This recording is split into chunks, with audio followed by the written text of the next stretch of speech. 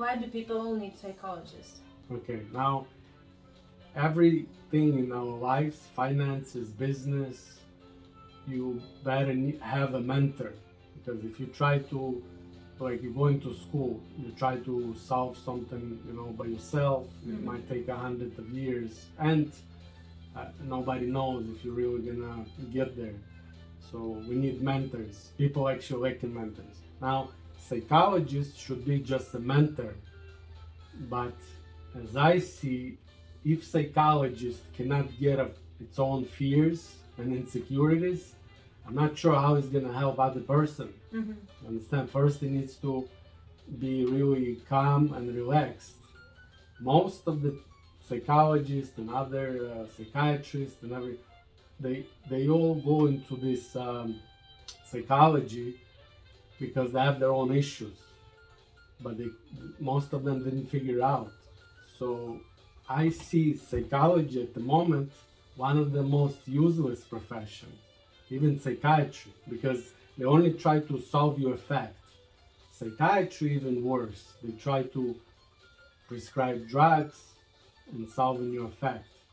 So it has nothing to do with getting rid of your fears, and then phobias, and then anxiety and depression. We all people will always lacking something, like some energy, and that's first step toward all this depression and other issues. If you cannot get it, especially without the mentor, it's going to be hard to get anything. So people need mentor, like in finances. If you really want to study it good, you need a mentor. You need somebody who will help you to get this profession, like make you an expert. You want to be an expert in some field.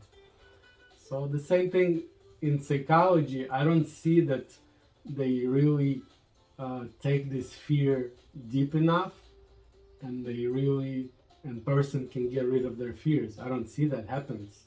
So that's why I don't even talk to other psychologists. I have my own psychology. Now, back to psychology, on the other hand, it goes deeper, because fear, it's what is fear? It's basically lack of information and experience. If you're scared to do skydiving, you want to jump with the parachute, if you're gonna start doing meditation, hypnosis, talk to psychologists, I don't think it's gonna help you to jump.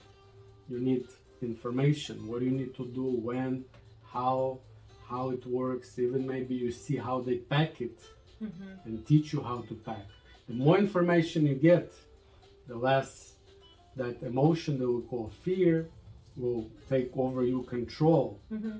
You understand? Now, experience, it's second thing. In order to get this confidence, now you need experience.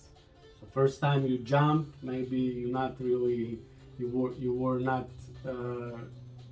sometimes it's easier to jump first time. I jumped a few times, then second.